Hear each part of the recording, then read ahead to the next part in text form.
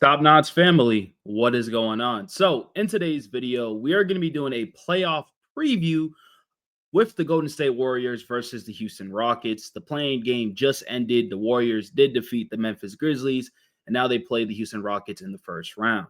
And before we do start today's video, if you guys enjoy NBA content just like this, I appreciate it if you definitely smash that subscribe button, turn on your post notifications, keep commenting, keep liking, keep sharing, all that good stuff.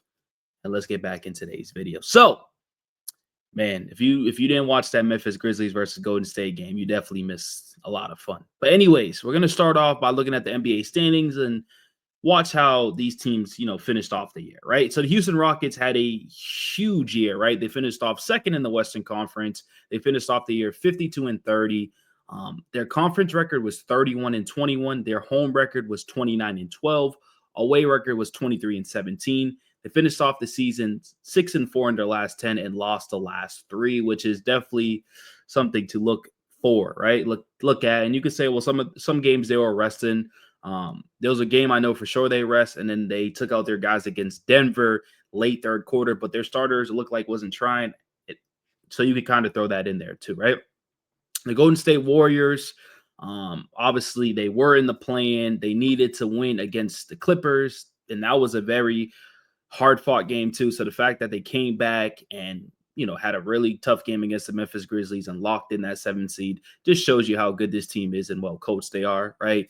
48 and 34, 29 and 23 with their conference record, 24 and 17 with their home record, 24 and 17 with their away record. They finished off the season 7 and 3, and then obviously lost their last game.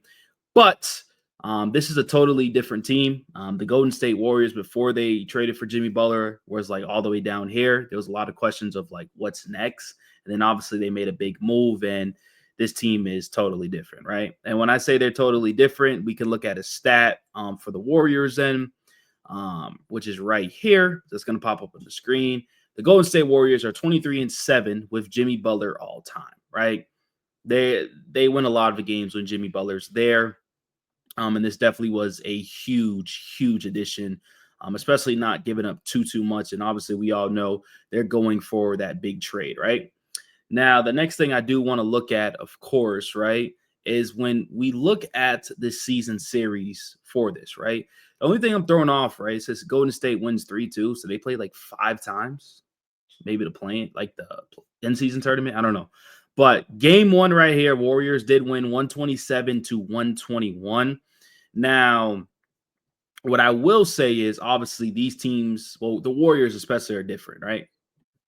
And we all know the reasons why they're different, right? So when we look at this game right here, we can look at the box score. So Draymond Green, Trace Jackson Davis, Wiggins, Moses Moody, and Pods was in the starting lineup for this game, right? This was 6 games into the year. So the Warriors were 5-1. The Rockets were 3-3. Looks like Steph Curry didn't even play this game. The Warriors did win though, right? And then the Rockets did have everybody playing. They just didn't end up winning the game, right? So Warriors won that game, of course. And then game 2, the Warriors won 93 to 99. Rockets once again did have their players. And then for the Warriors, once again, it looks like Steph Curry didn't even play this game. And then they had Pods, Buddy, Wiggins, Looney, and Kuminga. So obviously, like I said, they don't even have Wiggins on the roster right now. This was 15-8. They were 13-8, right? And then game 3 right here, as you see, once again, Steph Curry, not once again, but Steph Curry did return, which is a good thing, right? And they lost by 1 point right here. And then Wiggins did not play this game, and Pods came off the bench for that game right there. And it looks like everybody played for that game too. So Warriors won game 1. They won game 2. They lost game 3. They go into game 4 for the season series right here. Draymond, Jimmy. So this is when Jimmy started to arrive to the team, right? So I believe this is his first game against the Houston Rockets. Draymond, Jimmy, and Steph, obviously, that's their big 3. Steph had 27, Jimmy had 19, and Draymond had 13. No more Wiggins and stuff like that. And it looks like the Rockets were missing Fred VanVleet with an ankle injury, right? So a lot of these games, they were missing a lot of their key players, of course, right? But the Warriors did end up winning that game. And then final game, the Rockets did win 106-96. and everybody was playing for the Rockets, and it looks like everybody was playing for the Golden State Warriors, and the Rockets won that game, right? So it's very, very close. Like I said, it's 5 games, so I'm assuming that's the in-season tournament, but I could be totally wrong. Maybe you guys let me know in the comment sections. Now, when we look at the offensive rating for both of these teams, right? So when we look at the offensive rating for the Golden State Warriors, I'm pretty sure if Jimmy was there, it'd be a little bit higher, but they're ranked 15. And then when you look at the top offenses, right, which surprisingly the Rockets are at 13. So the Warriors are at 15, the Rockets at 13. So very similar with each other. Then when we look at defensive rating, which I'm going to show on the screen right here, OKC has the best defensive rating this year. And then you see it, the Rockets at 4, right? And then when you look at it for the Warriors are, looks like they're not, they have to be up here. Yep, right here. So the 7, sorry, I skipped them. So the Warriors are 7th and the Rockets are 4th. So very identical when it comes to the defense too. So that's very, very interesting. Now, when we do look at the Houston Rockets, like when you look at their team stats and stuff like that, which is going to be popped up on the screen, this is the Houston Rockets team stats, right? They're led by Jalen Green, who averages 21 points a game, right? 21, 4, and 3.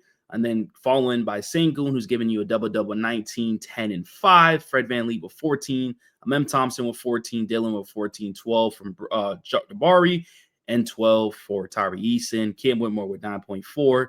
And then another player that's very, very crucial to their team is Steven Adams, right? So they can go pretty deep. They got a very good roster, right?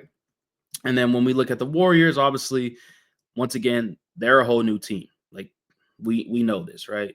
So this is the Warriors team right here. What's going to pop up on the screen? Steph Curry is their leading scorer with 24.5. Jimmy averages 18. Kuminga averages 15. Pods is 11. Buddy with 11. And then obviously Shooter and Melton. Melton's hurt. Shooter's on the team. Moses Moody, Draymond, Quentin Post. Now, both of these teams switched up their whole rotation, right? Well, mainly the Warriors, right?